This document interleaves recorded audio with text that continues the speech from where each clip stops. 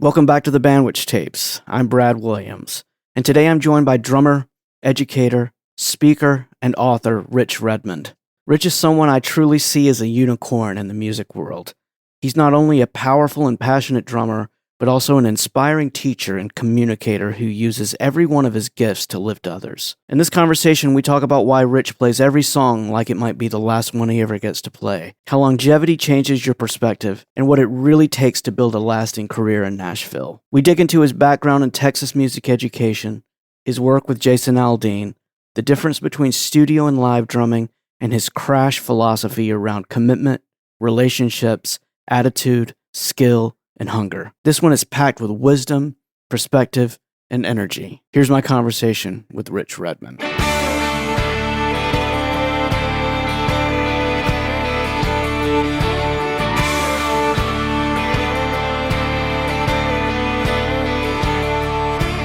He gets up before the dawn, packs a lunch and a thermos full of coffee.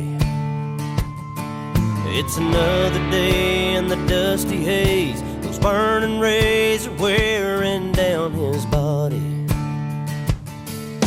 If diesel's worth the price of gold, it's the cheapest grain he's ever sold. But he's still holding on. He just takes the tractor another round and pulls the plow across the ground. Sends up another prayer. He says, Lord, I never complain, I never ask why. Please don't let my dreams run dry. Underneath this Amarillo sky. Rich Redmond, honor and pleasure it is to welcome you to the podcast. How are you Brad, today? Thanks for having me, man. This is great. Nice way to start the day. It's good to catch up a little bit before we got on here. And as I'm looking behind you, I have Beatles stuff. I don't have number one record items behind me like you do. Pretty cool. Oh, man, if you got them, you might as well, have them in the shot. I interviewed Paul Lime a few weeks ago. Oh, that's a lot of and gold and same thing, platinum in that picture. Yeah. Yeah, he has some hardware hanging in the house. Sure. It's pretty nuts. Sure. So, are you guys finished for the rest of the calendar year? Pretty much. We're just playing, live from downtown Nashville for New Year's Eve, and then we hit it hard at the beginning of next year, which is always exciting. I love being behind a set of drums. Yeah. How many dates do you guys have on the calendar so far for 26? I haven't gotten the full schedule yet, but usually we're good for like 50 to 60 shows, which is very manageable, fun, just kind of like the perfect amount. Yeah. That's the perfect amount. Yeah. Yeah, man. I reached out to you because I'm just such a fan of the way you play the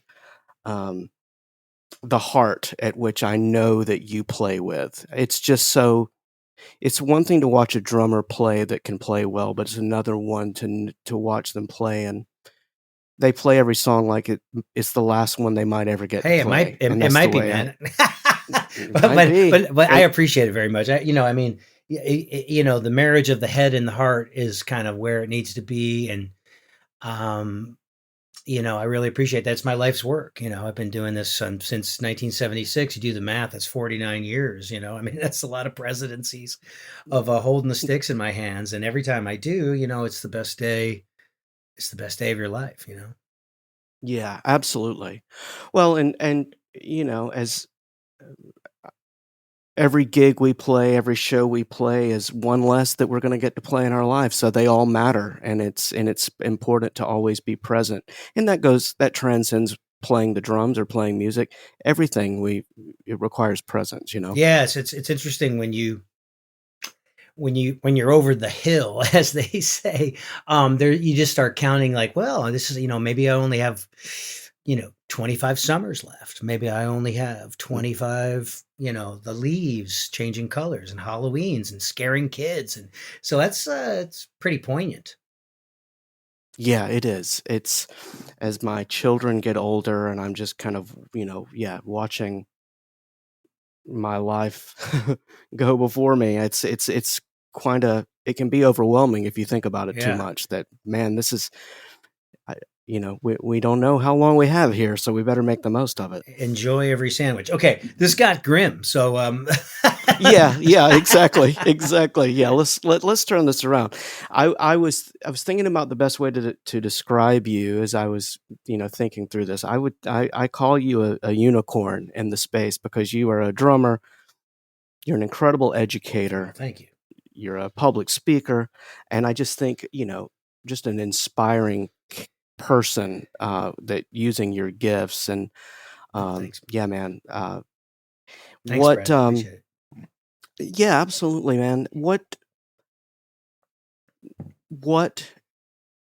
inspired you to use as many of your gifts as possible instead of, and you do all of them well. And I guess the other thing is, how do you have time to do all of it? Because it seems like you have a lot going on in your life. Yeah, that's a great question. I think, if you do these kind of like an inventory of your natural gifts and talents, that your higher power gave you. So for me, it's like kind of a no-brainer. Y- you know, I was always going to be a teacher. I just have a teacher's heart, and there's a teacher in all of us. If you're just a couple of chapters ahead in the textbook of someone else, you have the ability to educate. You have the ability to inspire and pull people along the path and say, "Hey, you got 2 or 3 chapters to go, and you'll catch up to me." But I just, I was always going to be a teacher, and I'm a lifelong teacher, and I love it. Such satisfaction. I don't have any children, but hundreds and hundreds of people that I've mentored over the years that I can name. Sometimes I'll be sitting down at a holiday dinner with my mom and dad, and they're like, "You don't even understand how many lives you may have touched and doing this for as long as you've done it." But I know that, I can name on many, many hands people that, I've worked with that have got accepted to, world-class music institutions, are graduating from said schools. They're educators. They're teaching the marching band. They've got a robust private teaching practice. They're playing in the best, wedding top 40 band on, and on the East Coast, or, they're getting gigs, or they're in the industry, not playing, but they're like road managers, tour managers. And so that's all really very exciting stuff. And then I always knew I was going to be a public speaker because I just, especially since if you come up with a platform. So for me, 1 hour, one afternoon, I came up with this acronym. Some people love acronyms, some people hate acronyms, but thank God for that hour, because that 1 hour changed the course of my life. So I came up with this concept called CRASH: commitment, relationships, attitude, skill, and hunger. It's kind of my why. And I can constantly check in with myself and revisit why. And then I can share that message not only with, music centric audiences, but even corporate audiences. So like last week I spoke to a big conference for it was like the International Association of Packaged Ice. And it was like, hey, when you're having a cocktail, you're going to want some ice. In the middle of the summer, you're going to want some ice. And these people need to be motivated and inspired. My lovely fiance is here with a new cup of coffee. Thanks, baby. Ladies and gentlemen, everyone needs a good woman. That's how you get to my heart. A mean cup of coffee. Right there. It's so hot. I love it. Right here. I just poured one right before we started this. Yeah. Yeah, brother. So that is all just kind of like, the gift of gab. Thanks to my mom. I could shout up anybody. So, you just kind of say to yourself, "Oh, I could teach, I could speak. Oh, maybe I'll do a podcast." Everybody's got a podcast now, right? So let hey, I might as well jump in the pool and, swim with the sharks and be part of the party. And then when I was in school, I was, on the yearbook staff, and I thought I might actually at some point go into journalism.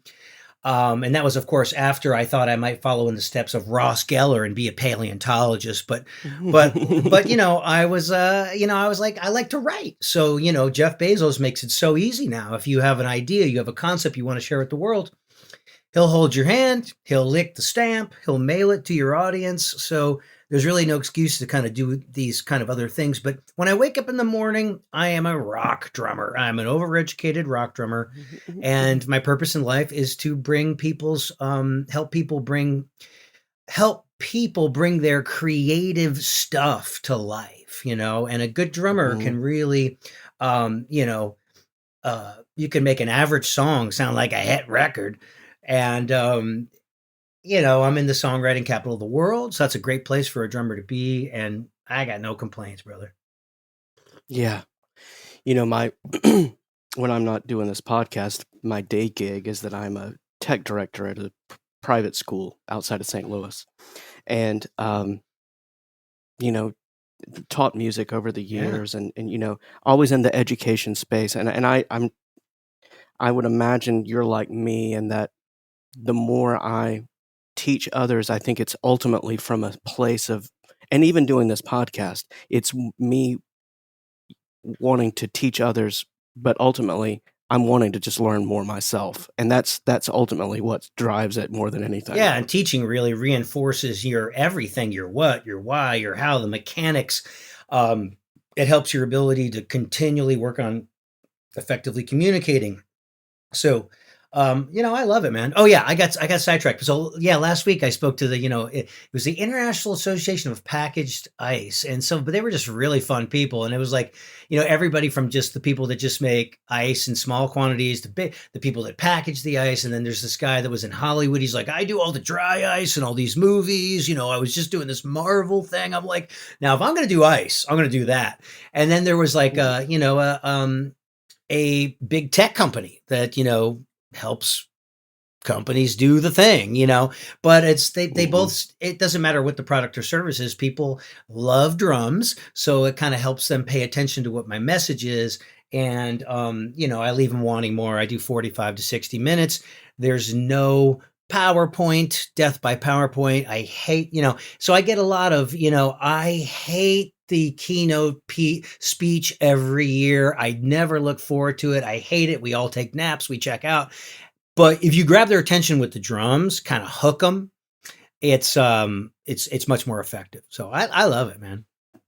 That's awesome. So you sit down and play for a little bit and then talk to them? Oh, what a cool idea. And I realized that in this day and age, not only the kids, but because of what the phone has done to our brain, it's melted our brain, it's taken away our attention span.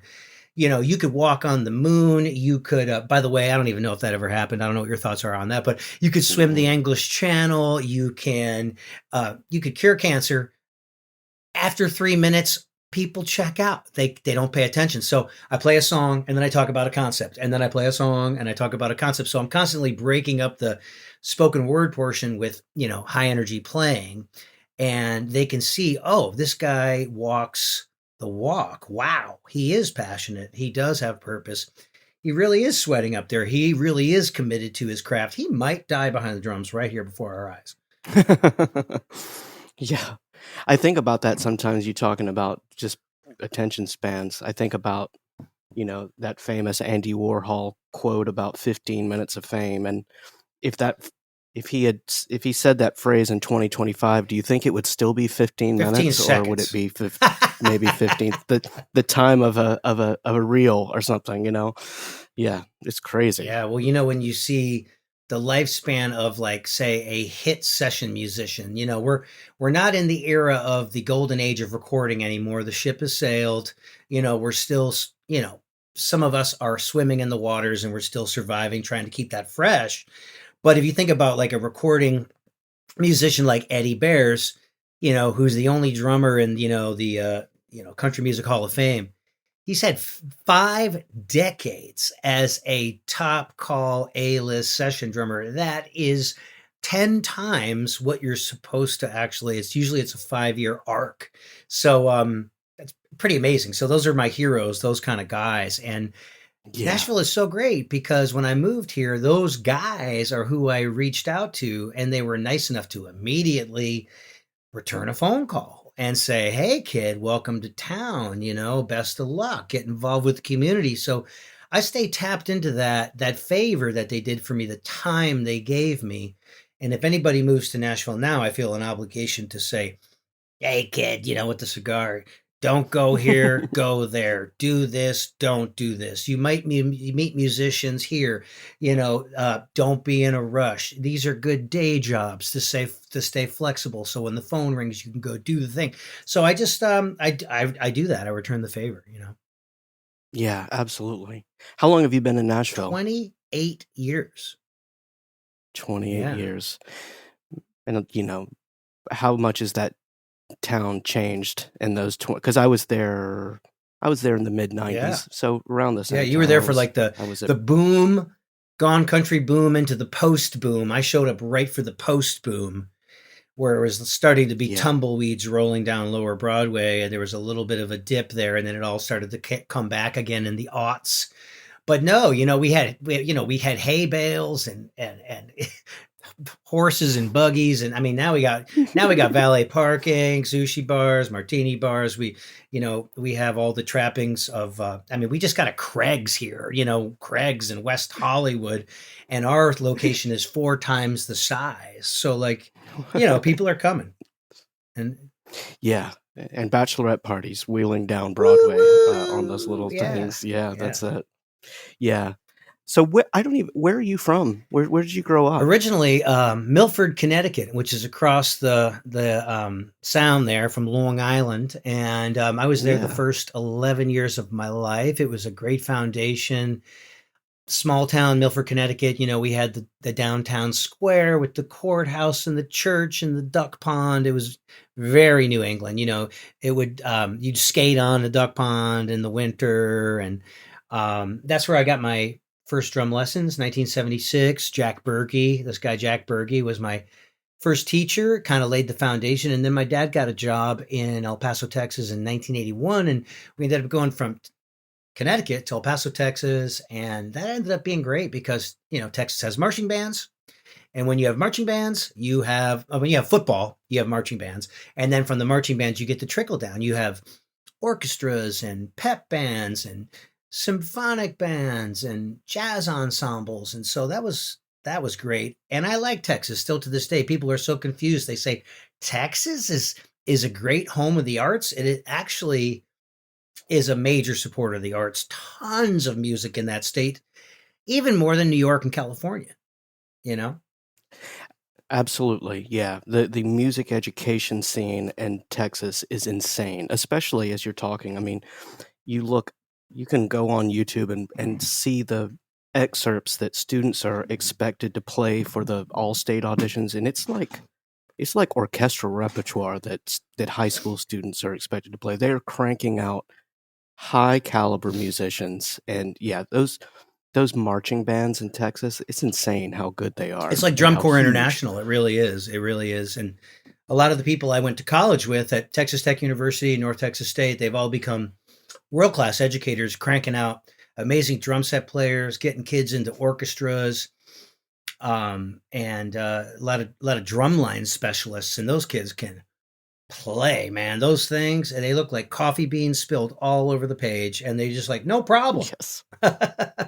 Yeah, my son now lives in Austin, but he was on the LSU drum line several years ago.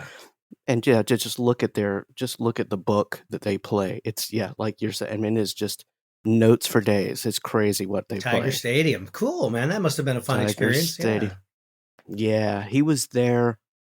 He was a percussion student there, and was on the drum line. Did all of the different ensembles, but he was also there when Stanton Moore was teaching as well, so he got to study privately with Stanton. I love Stanton. So I just was at the 50th anniversary of the Percussive Art Society in Indianapolis. This time I was an overachiever. I went all 4 days. It was really, really incredible. And the closing concert on the last night was, of course, Galactic. And so Stanton was doing his thing, and all of us drummers are side stage. And for the last song, we all go up. So like me and Jim Riley and Ash Sohn and Jake Summers and Keo Stroud. So we all ran up there for the last song, and it was it was a great PAS. You've been, Percussive Art Society? I have. It's been a long time, actually. It's been a very long time, but it's hard to put into words what that convention is like. I mean, how would you describe it for the listeners who may have not ever attended one? I'm trying to think of the way that the president and CEO can kind of sum it up.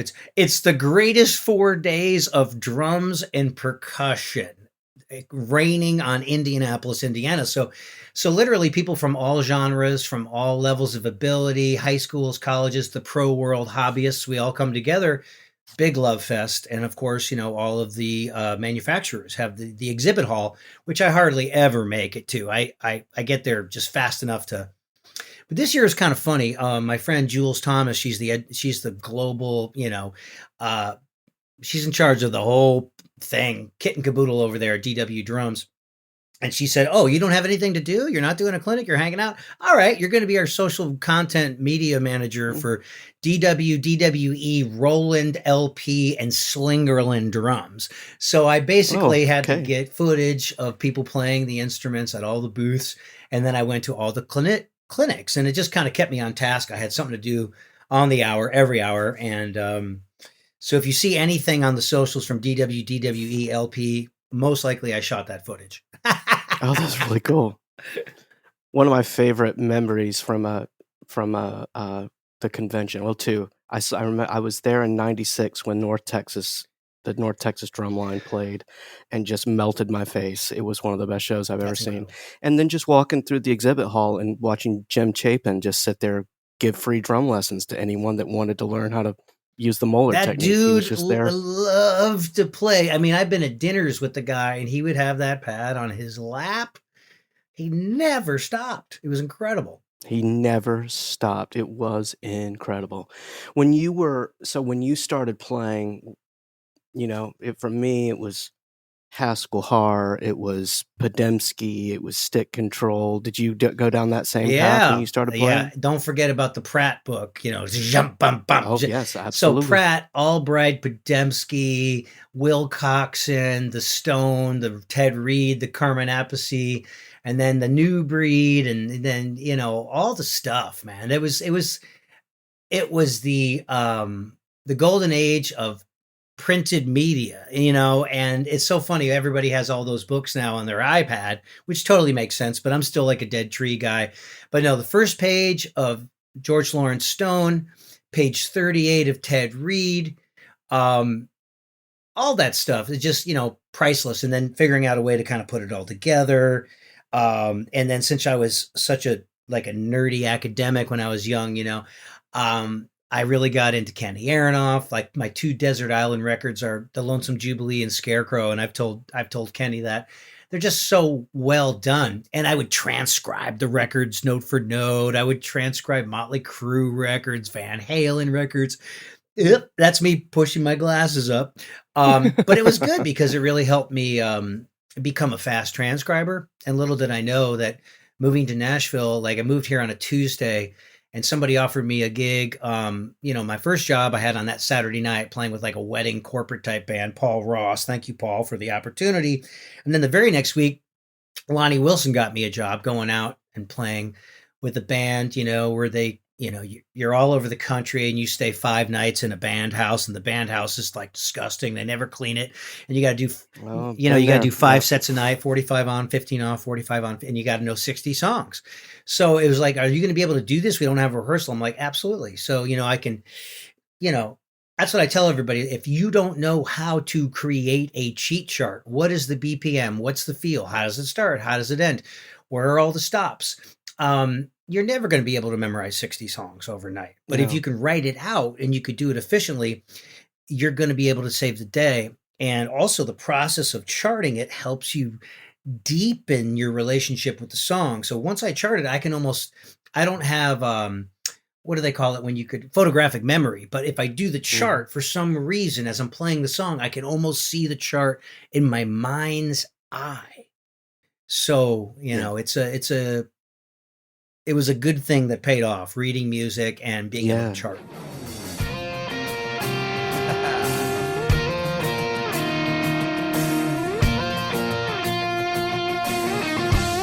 Y'all ready for this?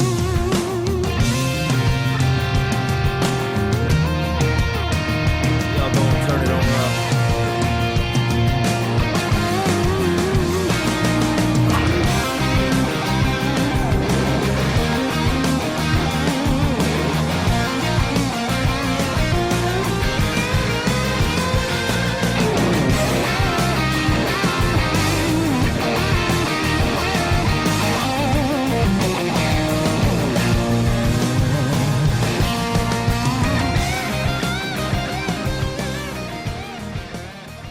Had you done anything with number charts before you moved to Nashville? Was that a new thing when you got I there? tell everybody to buy my buddy Jim Morales book, Song Charting Made Easy. I said, get it before you move to Nashville. When you get the call, you're going to be very versed in it. It's not going to be a big deal. So how did I learn it? Well, I get called for a recording session, and I'm on the session with this award-winning keyboard player. And I said, what is this? And he goes, man, you read those North Texas charts, they're 10 pages long. This is nothing. Every time you see a number, it's 4 beats. If you see a line under the 2 notes, the numbers, it's a split bar. This Dorito thing is a short stop. This diamond looking thing is a diamond, also known as a whole note. And he goes, you just follow the harmonic structure of the song. And I'm like, wow. Okay. So I learned it on the job, you know. Yeah. I heard this great story about back in the day. Loretta Lynn was doing a show with an orchestra, and she had, it was like her band and the orchestra. And, these classical snobs were looking down their nose at all of these, country players. And right before the show, they came out and said, Loretta's not feeling well, and she'd like to drop all of the songs by half a step. And all those dumb country players with their number charts were like, sure, we're No problem. good. And all these orchestra players were just frantically marking up their charts.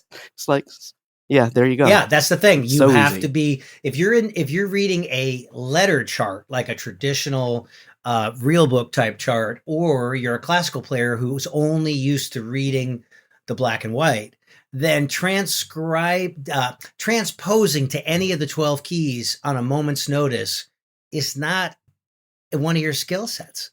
So for the kind of music that is played in Nashville, unless it's Christmas music, because sometimes there's so many changes in Christmas music, it's better just to read a letter chart. But for the most part, a lot of 3 chords in the truth comes out of Nashville. So it works, and it's very efficient, very efficient. Yeah. Do you attribute that time in Texas to kind of opening your eyes to playing country music? Was that something you were already doing before you moved? Yeah, so funny. My journey at North Texas State was University of North Texas. It was just everything all at the same time. So I lived a double life. So on campus, I was playing like bebop and fusion and big band, and I was in the percussion ensemble. We did this big tribute to the music of Frank Zappa. That was amazing. And then at night, I was going in, playing country, playing smooth jazz, playing R&B, playing in top 40 bands, horn bands. Keith Carlock was in this amazing band called Dallas Brass and Electric. It still exists to this day, but the repertoire was like Blood, Sweat and Tears, Chicago, and then Music of the Day. So, you'd probably be playing, Prince's Kiss or Sexy MFer. And I was always subbing for Keith. So it was amazing. And one of the things that I did play is I played in a kind of like a progressive country band with Milo Deering. Now, Milo is the #1 dude in Texas. Anything with a string on it, he plays it and he records it. So that was, he sent me to school because I'm from Connecticut. I had never played country music, really. So that kind of opened the door a little bit. And then when I got to Nashville, I was like, all right, if I'm going to eventually break the rules, I better learn the rules. So I went out and got on audio cassette at a used record store, Patsy's Greatest, Johnny's Greatest, Waylon's Greatest, Merle Haggard. I bought the Merle Haggard box set. So just kind of like trying to figure out what the rules of country music are. Is it a brush and a stick? Is it a wallet on the snare drum? When do you usually stay on the cross stick? And just trying to be very transparent. It's more of a style of like, we want to feel you, but we don't want to hear you. And then as the 90s came and Mutt Lange came along, it was like the drums were like staring at you in the face. It was the hottest thing in the mix. So thank God for Mutt Lange and Shania Twain and Paul Line, Yeah. Paul and I had a long conversation about the process of recording drums for those Shania records, and specifically just some of the stuff he was asking Hungate to do as far as making sure the bass note was the same decay as the kick drum note and things like that. It's like, he gets very scientific and clinical about the length of the note, and then the auditioning 80 snare drums to find the right snare drums. Yeah, we just recorded some music earlier in the year for Jason's 15th record with David Lee Murphy. Of course, he did, Dust on the Bottle. And I was like, okay, we're going to redo Dust on the Bottle. Fantastic. I'm going to go, I called DW and I was like, I don't have a piccolo snare drum. Can you send me a piccolo snare drum? Next thing I know, this $1,200 brass piccolo shows up at my front door. And I'm like, oh my God, I love you guys. And, I was like, let's do this thing. And so we'll see what it sounds like when I hear it. I don't know. That's the whole thing with session drumming. You put your best foot forward, you bleed passion, you do everything you need to do in that moment, and then you walk away and you give it to the mixing and mastering gods. Yeah, that's it. Have you played on all of Jason's Yeah, records? at this point, I don't know. It's probably 15, big body of work, 15 records with an average of 10 to 20 songs per record. So I'm sure it's a body of work of like somewhere over 150 songs. And just a great team of people. His producer, Michael Knox, he's a very uplifting, very loyal. Same with Jason, the same studio musicians nearly on every record, at the same studio, on the same board, same microphones, same coffee. And a lot of times I'll get the same coffee mug. I'm either going to drink out of the brown 1970s handmade ceramic coffee mug or the California Raisins coffee mug. But we just have a good time. When you have a group of like-minded people that can pretty much finish each other's sentences, it's just very effective, and it just cuts through all of the nonsense of getting to know someone, because we've already been there. We know the process, and we're in the songwriting capital of the world, and the songs that are pitched to Jason are just like the best of the best. So the songs just practically play themselves, and we just had a great time. Yeah. Nice. How do you think is your role with him? Would you say almost identical from the studio to the road to playing live? How do those two worlds Mary, reside? Yeah, the old adage: a studio musician plays a song for the first time like they've played it 1,000 times, and a live drummer plays a song for the 1,000th time like they've played it the first time. So a live audience wants to hear the passion, the intensity, the intention, the charisma, the sweat, the athleticism. They want to see it. They want to feel it. And in the studio, it's all about, executing from the head and the heart, that perfect marriage in a very short period of time. So, we every 90 minutes, we record 2 songs.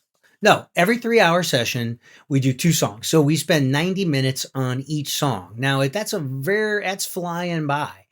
And I don't think we've ever done more than 3 takes. And that's just not patting ourselves on the back. That's just like knowing the song is so great.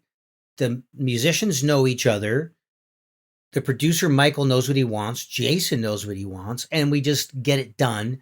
So a record is a performance, a snapshot in time that'll hopefully transcend decades. So we've already proven that a song like Hicktown could last 2 decades. So we're happy about that. So then live, it's pretty much the same thing. I'm hugging that track, usually playing the same kick drum patterns, usually honoring the sonic choices, like in Flyover States, I come in on a washy ride, and then for the verse, I come into a tight hat, and then slowly the hat opens up, and then I'm back to the ride, but maybe with the tip of the stick. And then the second verse, maybe the hi-hat is just a little sloshier, so it's building the whole time. And then that second chorus, maybe the shoulder of the stick, and then by the guitar solo, I'm on the bell of the cymbal, and then towards the out, I'm like playing more crashes on the backbeats. Thank you, Lonnie Wilson. I stole that from him. So, and then as far as like fills, it really is about, the live show is about, it's not about improvising, it's about execution. So that's the job of the live drummer, is to, like a New York City traffic cop, is to stop, come this way, you stop, and we're directing traffic up there. So we got to kind of like spell it out for everybody. And that's why it is nice to be playing the same fills or the same food group of fills, So if a big intro, like on the intro to like Why, the opening fill is do blah do dish do dish. Okay, so that's a signature fill. The the dashboard drummers out in the audience, they know that, so I got to do that thing every time. Beginning of Hicktown, it better be at least 3 kick drum notes in a row. So the record is boom, boom, boom, boom, and then the lick comes in. But live, I go boom, boom, boom, crash. And that's just like telegraphing to like, here we go, folks. And instead of a little metal crasher as an overdub, I'm up on the china, blowing out my rotator cuff, because that's what the audience needs. So it's pretty much the same thing, but maybe amping up the energy for the live show and pretty much hugging things. I call them macro rhythms, So if, like I said, if the fill going into a chorus is das daga doom, pat boom baby if I go do bras gaga doom, it's still in the same food group, and I'm never going to get a look like, what was that? You know what I mean? Because 5% of the show can be ad libitum in the moment, as long as we're in the same food group. Because the last thing you want to do is to throw off any one of your colleagues at that moment. Yeah, the job of the live drummer is to make the band feel comfortable, trust you, put them at ease, to create this very confident bed. And then because of that collective, the rhythm section coming together, then the artist is going to be comfortable. And that's ultimately your job, is to make them comfortable and have them just trust you. Like, this guy has got my back, Yeah. Yeah, that's really it. And I think it, at least for me and in my history of it, it can be dangerous territory when you're trying to impress the people on stage with you, instead of maybe trying to entertain the people that are in the audience. And it's really remarkable, the level of musicianship in Nashville. The fact that on so many acts, especially ours, I'll pat the other guys on the back. These guys are putting on a rock and roll, high energy, doing splits. They're worried about their ACLs. They are entertaining to the back row, but also playing so tight with clicks and loops, and it's like a perfect combination of like a recording musician and a live musician, and that's what the audience deserves. Is the consistency and the great feel of doing the technology thing well, but also, they're not in chairs with their readers on. They're taking the music to the people. They're on the edge of the stage. They're out on the thrust doing the thing. And when they need to charge up, they come back to me. And, as the drummer, we fuel everybody up, Yeah. What kind of technology are you using? Are you using, other than like in-ear rigs and stuff, are you using a lot of technology on I'm super that proud gig? of us. It's just Jason and a 5-piece band, playing music. Of course, every 99% of live acts play with some sort of a click track, because it helps you. The contract says 90 minutes. So we play usually every night, 89 minutes to 91 minutes. We hit our mark every time. That stuff has to be synced up with like video. So it just makes sense to play with click tracks. And then, occasionally we'll just have like a soft synth in the background, and then maybe some of my percussion to make the choruses explode. And a lot of acts are using like MIDI shakers and tambourines, but I actually go in and I record a real LP shaker, a real beautiful Grover tambourine, and you can hear the air around the instrument. And then of course we can't take Carrie Underwood on the road with us every night, so we have her in the box, but that's it pretty much. It's like super, super minimal. And what I tell the younger kids is to say, I know you have the technology to have 100 tracks going out the front of house, but if you could pull that down to like 5 tracks, maybe, the band is actually going to sound bigger because there's more air around all the instruments. Case in point, a band like AC/DC, arguably one of the top rock bands of all time. It's bass, drums, 2 guitars, and a singer, and it sounds huge. Huge. Yeah. It's not necessary to just fill the space with as much stuff Just because as you you can, can, yeah. you know, just because you can. Yeah, that's exactly right. Tell them all I'm out in Vegas, blowing every dollar I ever made. Tell them that I must be into something bad for me, 'cause I sure lost a lot of weight. Tell them I'm out on the road with some old rock and roll band, living like a gypsy can. Just don't tell them I've gone crazy, and I'm still strung out over you. Tell them anything you want to, just don't tell them all the truth. Yeah, don't tell them all the truth.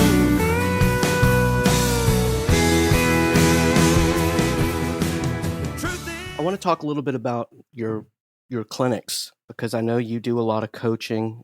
You do individual coaching, and then you do like master classes and things like that. What is that?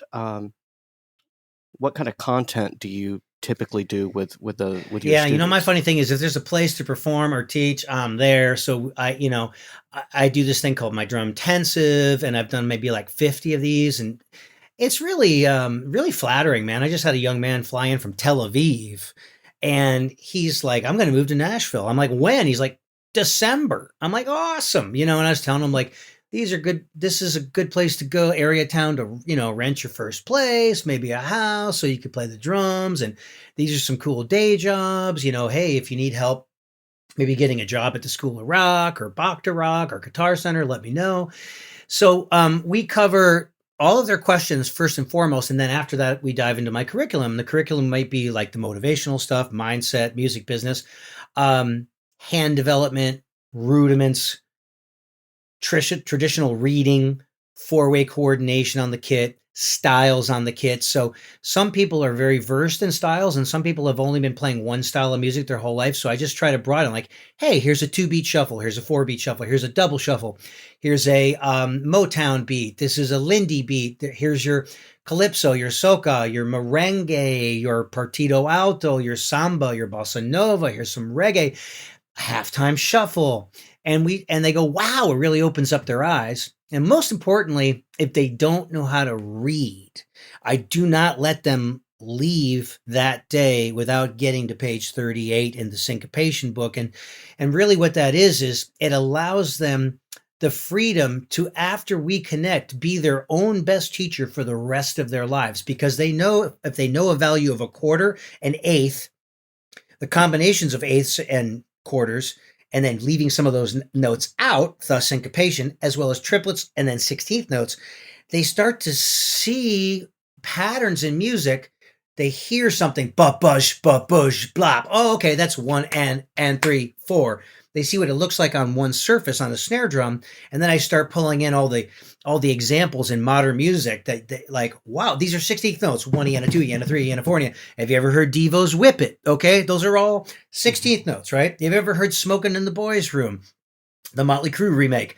That's basically a shuffle, which is based on triplets. So they start to put that kind of all together. So I just kind of meet the student where they are, and the day flies by. Maybe they're very experienced, and we spend a big portion of the day doing what I call speed charting. So I'll put on, we'll start with Celebration by Kool and the Gang, and I'll be like, okay, there's only 2 drum fills this entire thing, but I want you to be able to write out in real time the guts of this song. 8-bar intro, 8-bar verse, 4-bar pre-chorus, 8, get the chunks and almost do it in real time. And then we start to progress and be like, okay, now we're going to do Pink Houses. Okay. And it's got a little bit of a funny form, or Hurts So Good. This has got some 5-bar phrases, 7-bar phrases. So we have fun doing that. And then a lot of the same material I will do in a small group masterclass, but my masterclasses, Todd Sucherman does 3 hours. I love him to death. Incredible content. I come in at 2 hours because I just know that 2 hours is long. 3 hours is a very long time. So what we do is we limit the masterclass to be, say, 10 to 20 people, and it's a guarantee that every person is going to get up and play for me. And when they play for me, they're going to get feedback immediately on the things that they can do to improve. So there's tons of value. They've got handouts they leave with. Then my clinics are basically the Hollywood version of all this stuff. So it's definitely an emphasis on me doing more performance. So I play a medley of all the Aldine hits. We do Q&A. There's door prizes. I'll hit the crash concept. I'll have some people come up and play. Sometimes it's a really experienced crowd and people are asking all sorts of questions about Nashville studios and click tracks and microphones. And sometimes it's like younger folks in there and they just want to know about, all right, let's make sure you're using your left foot hi-hat. Everybody ignores the left foot. So I have somebody come up and play boom, crack, boom, boom, crack, and they can't keep quarter notes on their left foot. So we'll address that. And maybe I'll break out the LP percussion instruments. And I'll say, here's a cajon, here's a djembe, here's a shaker, here's a tambourine. You don't need to be an expert on all these things, but you should know how to get some sounds out of these instruments. Be a percussionist, right? I say because you could be playing a cajon in a coffee house. Somebody can walk in and go, wow, you sound great.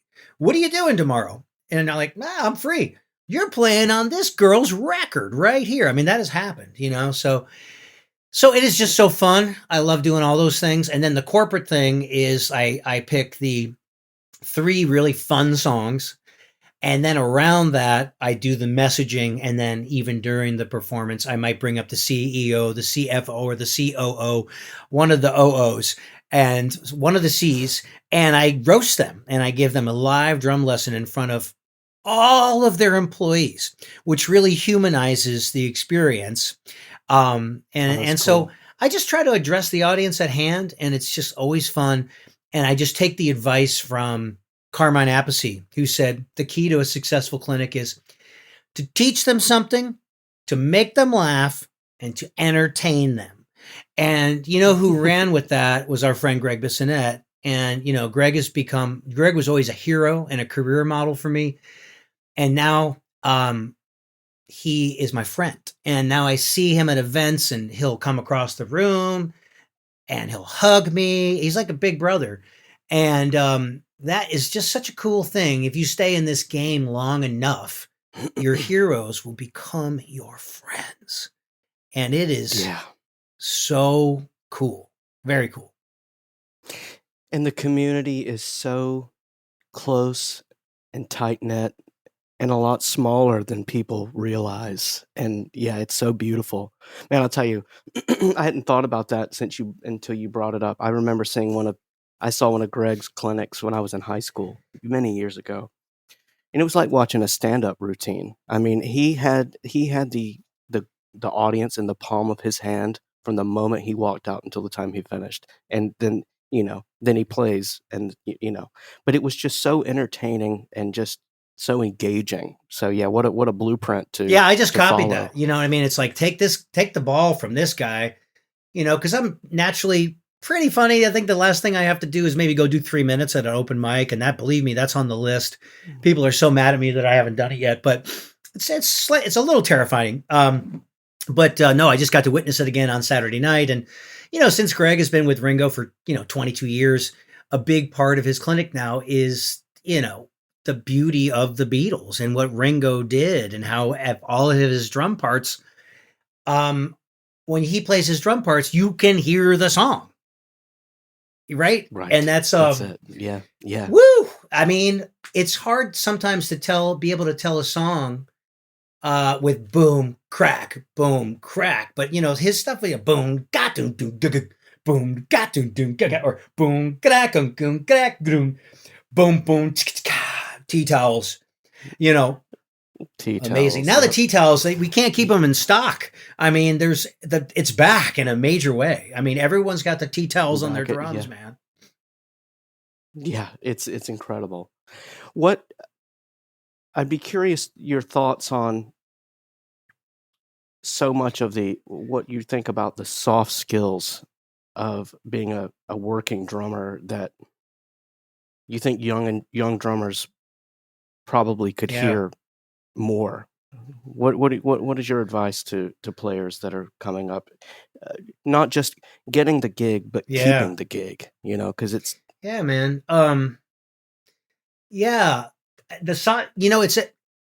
It's a expectation for you to be great on your instrument. So it's really many times the soft skills that are going to get you the gig and help you keep the gig. And what are the soft skills? In a nutshell, if we are in the business world, it would be people want to work with people they know, they like, and they trust. And that's why, our band is probably so successful, because we know each other inside and out. Everyone pretty much likes each other, if not loves each other, and know, like, and the trust factor is like, we're very hard on ourselves individually and collectively. We're holding ourselves to a high standard, and we're accountable to each other. So that is the thing. But you're not going to get an opportunity in today's world if you're not a likable person. And, I don't know if you could teach that. I mean, there's something in our DNA. Thank God my parents were just cool people, and they were hardworking, and, they instilled in me, work ethic. I raked leaves, I shoveled snow, I had a paper route, I was a Boy Scout, all the things, climb trees. But that's the thing more than anything, I think, is just being over prepared, being likable, be able to take direction without being offended. Because believe me, unless you are Phil Collins, you are Dave Grohl, you are going to be taking direction from somebody. And it could be a producer, an engineer, the songwriter, the second, third, or fourth songwriter, the recording artist, label people, video directors. You're always going to be taking direction from somebody. And usually with me, it's just a smile and a head nod, and I do what they tell me to do. And it's a much better world. And then do it with a lot of, panache and whatever that it factor thing is. It's hard to teach that, but, model yourself after people that have done what you want to do before you, and kind of copy them, because it's not going to manifest in the same way that it did for them. You and I could sit down at the same drum set, tune the same way, play the same beat at the same volume, at the same tempo, with the same sticks, and we're going to sound completely different. And that is super cool. It's so cool. Yeah, it's. But we have a similar haircut, which I like. It's good. Yeah, that's that. At least there's that. That helps. So before we go, I want to talk a little bit about your. I'm a big fan of your podcast, by the way. You're the guy listening, Brad. Thanks, man. But what's so funny is that you haven't gotten into video yet, and this is like, now what we're doing right here is like, it's analog, because everybody's gone to like multi-camera angles, high def, super slick graphics, and I wouldn't do that if I didn't have my co-host. He's the guy, he does all the heavy lifting. So, but I love the audio. I'm an audio consumer, but once you open the door to YouTube, I don't know what the algorithm is, because that is a tough landscape, man. There's so much content on there. Well, that's it. And it's, we were chatting about this before we started. I mean,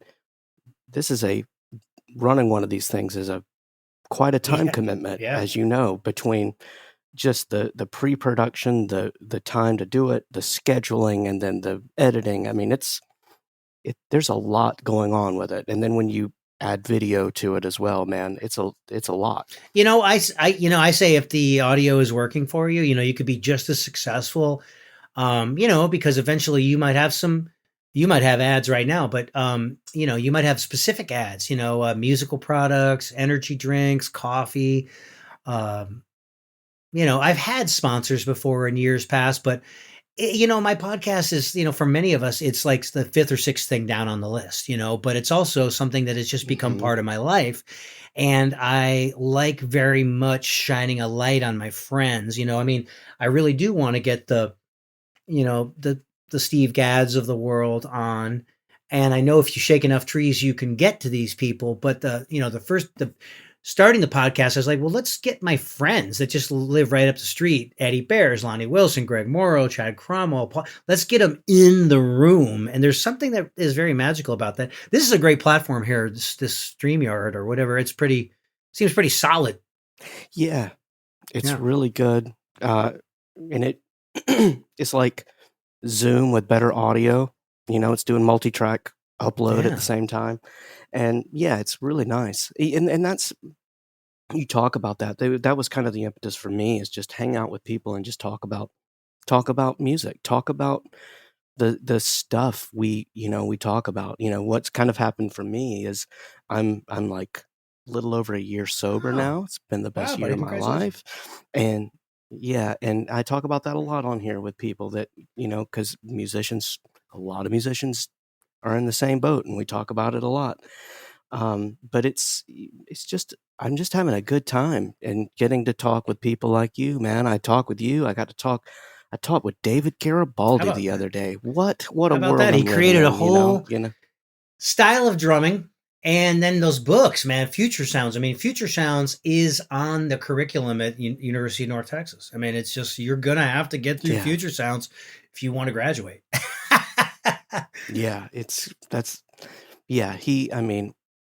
Talk about the DNA of that kind of music. I mean, he is responsible for it. And that, it's unbelievable. And he had a cool band called Wishful Thinking in the early 90s. And it was interesting to hear him play a different drum sound. It was the Yamaha recording custom fat snare, muffled tom thing, and it was interesting to hear him play that sound, so check that out. Wishful Thinking. Yeah. Wishful Thinking. Yeah. I remember that name. I need to go back and check that out. So as we're entering the new year, what all's on the horizon for you, other than getting ready to go on the road? You have a lot of other projects. Well, I just tell everybody, hey, you don't have to get ready if you stay ready. So, big goal of the holiday is to enjoy all the trappings of the holidays. Like, I've already got my eye on that pumpkin pie, and I don't say no. And I might even have 2 pieces with the whole carton of Cool Whip, but I hydrate, I supplement, I stretch every day, sometimes twice a day. I walk straight uphill on a treadmill for 45 minutes. I do high intensity training. Sometimes I'll just go for a walk, 10,000 steps. I do some light weightlifting. I keep the sticks in my hands.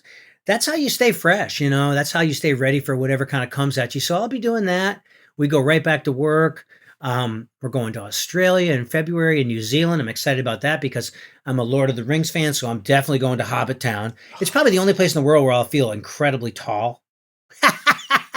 So I'll do that. And then around that, you say projects. I'm always thinking about, wouldn't it be nice to have some sort of there'd be 2 original projects that would interest me. One would be just a straight up knuckle dragging 3-chord rock and roll band, kind of in the spirit of Georgia Satellites, or, the early Faces, any of the bands, I love knuckle dragging rock and roll, party rock and roll. That's very appealing to me. And on the flip side, also maybe like a Wilco, where they're playing Americana music, but they're pushing the boundaries. So the problem with those situations is, as we know this as a drummer, where are you going to find that front person? They've got to be willing to do it, available, and charismatic as hell. And that's hard to find in a world where everybody just wants to have a solo record deal. So I'm always on the hunt for that. But then around that, I have my home tracking studio. I have the sessions that the phone will ring. I'm still involved with Music Row. I got my drums over at Drum Paradise. So it's like, hey, I got to be over at Ocean Way on a Tuesday, and the truck shows up and you meet somebody for the first time with the coffee in your hand. And I still love that process of bringing someone's songs to life. So always open to that. Keeping the podcast going. I'm on episode 245. Do as many speeches as humanly possible. And I'll probably get to work on maybe my 4th book, and it would be smart for me for it to be motivational. So, the first book is called Fundamentals of Drumming for Kids. It's basically a good way to teach kids how to play basic beats, use all four limbs, and learn how to read music at the same time. The second book is kind of like a crash course of success, is basically how to use the crash concept and put it into your world, and then a brief history of my life so far. And then the third book is a hardback book that we've had some success with over the last 2 years called Making It in Country Music. And I think it's coming out in softback this year. So that means the publisher was happy and it sold all the hardbounds, and then we're going to go to a paperback. But really, if you can use the book as a model to break into, it could be like making it in Scandinavian music, making it in Los Angeles, making it in, it's basically these tried and true concepts. Like, this is what I did. It worked. I'm not a genius. I'm still standing. And so here you go. So maybe it can shave 5 years off of someone's journey. That's my goal. So more of the same, man. And, I haven't given up on my acting. I was in Los Angeles in 5 years. I got my SAG card as an actor. I studied television hosting. I studied voiceover. I studied improv comedy. It's still in me. I know how to create a character, hit my mark, execute. I just don't have time to do 80 auditions a year. So if somebody is out there is like, hey, kid, you're perfect for this, you know what I mean? I'm still wanting to show up for some of these kind of fun opportunities, Yeah. I think that's the thing that's so inspiring to me about you, is that you are always wanting to push yourself and challenge yourself and never get comfortable and get complacent in one area of your life. You're always trying to improve, and I think that's just a good example you're setting for the people that look up to you as well, as an Brad, artist. I appreciate it, man. Thank you so much.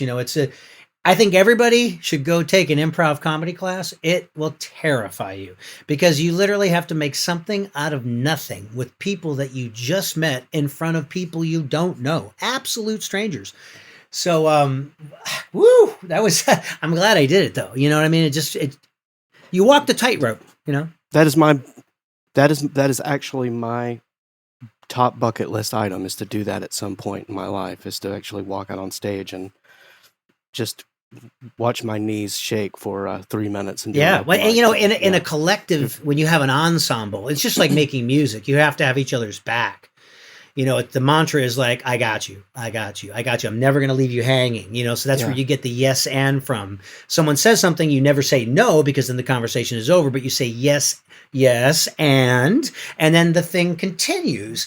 And that's just like music making. It's a collective process, and the drummer can really take an average band and lift it to heavenly heights. And a bad drummer, what is a bad drummer? Somebody that's maybe playing too loud or is not keeping great time, can sink a really good collective of musicians. But I like going on the fact that we can make or break it. I mean, it's kind of a thankless job, but we have to go in knowing that we do it, and we have that personal satisfaction that comes from our purpose and hitting the mark and going, okay, I chose the right beat.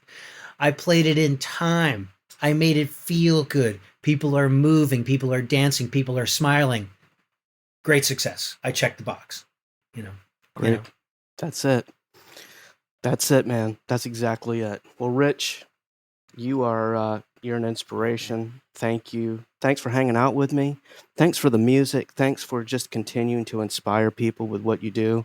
And I just wish you all the success. Brad, thank you, man. Thanks it means for a lot to everything. me, and I appreciate you reaching out to me. We had to reschedule a couple of times, and congratulations on the year, and congratulations on your podcast. How many episodes you got now? Gosh, man, I'm incredible. almost at 100. Yeah, I'm getting there. You're near 250, one a I week for think. you? Is that how it works? So I'm doing 2 a week right now. You're an I'm overachiever, cranking them Brad. out, man. Yeah, I'm an overachiever. I'm not going to keep up that pace for long. I did that same thing in COVID. So Yeah, it was let's do 2 a week. There's nothing else happening. Yeah, I'm just I enjoy hanging out and talking with musicians. So I've just overfilled my schedule. Well, I hope to see you in real So it's life. good. And if any of your listeners want to reach out to me, kind of richredmond.com is the hub for all things. If If Yeah. somebody's listening and they want me to play on a drum track, I could do that. You could be in Newfoundland. You could be in South Korea. And if you want an in-person drum lesson, we do the Drumtensive, drumtensive.com. That's awesome. Yeah, everyone go and check out all of the locations, all of the ways to follow Rich and stay in touch with him and see what he's up Brad, to. happy holidays, Yeah, man. Well, best of luck, buddy. That was my conversation with Rich Redmond.